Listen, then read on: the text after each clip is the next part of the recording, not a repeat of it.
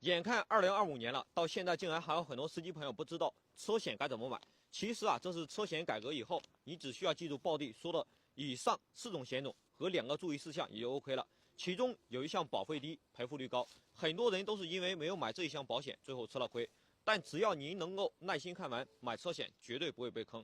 这其中重点我都会在视频中标记出来。最近准备买车险的朋友可以看一看，对你日后买车险肯定有帮助啊！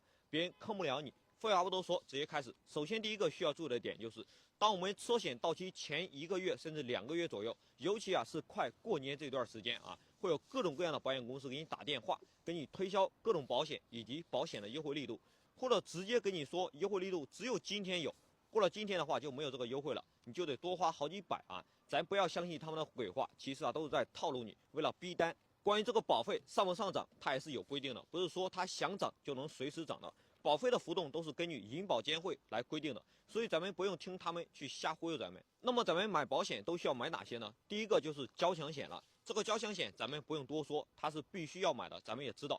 至于它的用法，就是用来赔付对方车辆的，只要对方车辆的修车费不超过2000的时候，我们就可以直接用这个交强险。第2年的商业险保费也不会影响到，并且交强险中有个2000的金额。只要事故中受损小于2000，那么用交强险就可以解决。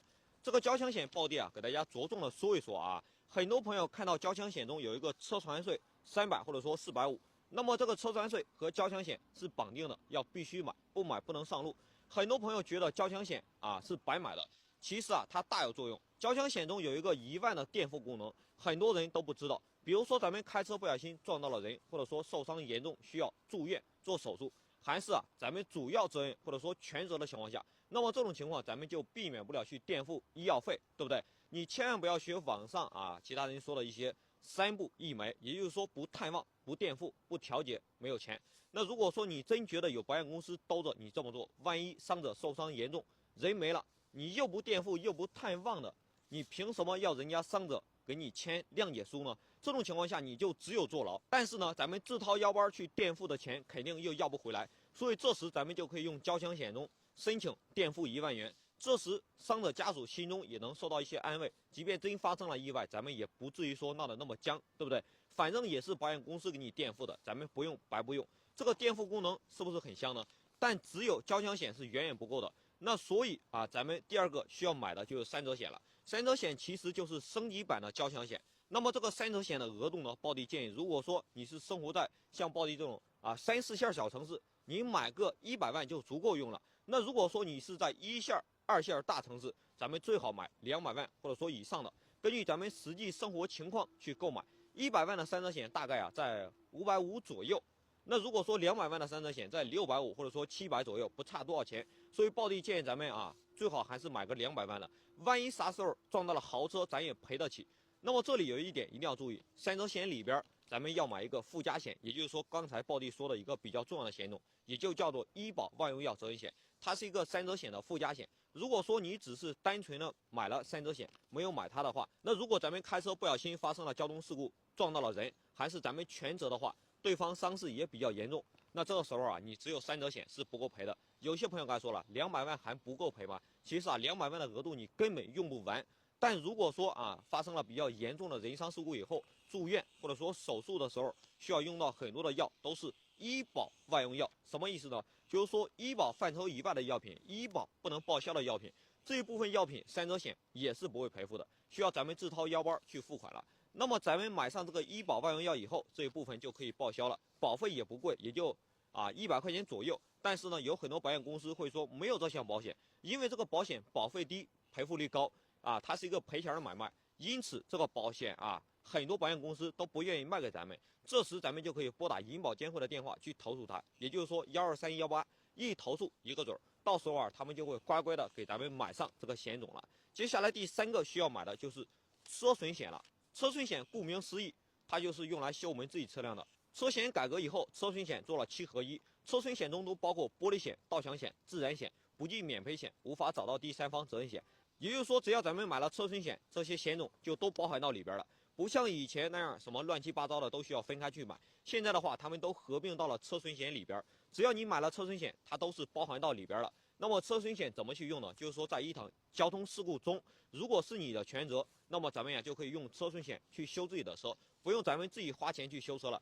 但是如果你没有买车损险，车子哪里磕了碰了都得咱们自己去花钱修。不过包弟还是建议咱们买上，因为现在全国各地啊夏天都喜欢下大雨，对不对？一旦因为你没有买车损险，车子你停在路边，停在街上的车位啊被水淹了、被泡了，那到时候啊可没人管你。但是买了车损险的话，就可以获得赔偿，所以咱们还是很有必要买的。第4个就是驾乘险了。为什么包弟推荐的是驾乘险，而不是说座位险呢？也是一开始包弟说的这个车上人员责任险，司机乘客啊，它统称为座位险。这2个险种同样是保护咱们车上乘客的，而不推荐座位险的原因，就是因为它保额低、保费高，一个座位保10万，你就得花300-400，而一个驾乘险也就200块钱左右。并且呢，他们还有一个最大的区别，就是说驾乘险属于意外险，而座位险属于你车上的商业险。你用座位险属于你的车子出险，到时候保费就会上涨；而驾乘险属于意外险，不会影响咱们车辆的保费。你以为只有这个优势吗？驾乘险还有一个最大的好处，就是说驾乘险属于无责险，就是咱们发生事故以后，无论咱们是有没有责任，驾乘险都可以赔偿。而座位险只有是在你作为有责任这一方的时候才可以赔偿。万一这场事故责任是对方的，那么你就得不到赔偿，你买不买都一样。而驾乘险，无论你是不是有责任，只要车上的乘客出现人伤事故以后，那么咱们呀都可以获得赔偿。所以这2样呢，我推荐大家选择驾乘险就可以了。驾乘险的全名叫做驾乘意外险，金额200左右啊，也有100块钱可以买到了，咱们可以去支付宝上面的蚂蚁车险搜一下，自己买更划算。如果他给你出了什么车主专属险、什么保障险、什么尊享险、什么优享险，那都是忽悠你的，他们都是业务员的提成。你就记住金额啊是200或者说100，叫做驾乘意外险就可以了。那么以上4个险种就是咱们平时需要买的车险了，其他再多也不要去买了，都是智商税。最后呢，包弟啊再提醒大家一个干货啊，你要知道咱平时买的这个车险它都是有返点的，咱们也就是说意味着你如果说你的车险总共花了1000啊，打个比方花了1000，那么会有100或者说200块钱的返点，返点在10%到20%左右。那如果说啊保险员告诉你没有优惠没有返点，那么咱们可以换家买。如果已经买了，那么咱们依然可以拿着投保人的身份证去保险公司把它退掉，再重新买就 OK 了。这时有人该说了，你包弟这么做不过分吗？其实看您怎么理解，保险公司本身就有着很多不合理的地方，霸王条款，对不对？再说了啊，我们只是拿到我们自己应得了，毕竟我们老百姓省个几百块钱比赚几百块钱更容易，你说呢？那好了，本期视频就到这里。如果说你还有哪里不懂或者说不明白，可以在视频下方评论区问包弟，或者说私信问我，我看到的话都会帮您解答。那好了，本期视频就到这里，我们下期再见，感谢您的观看。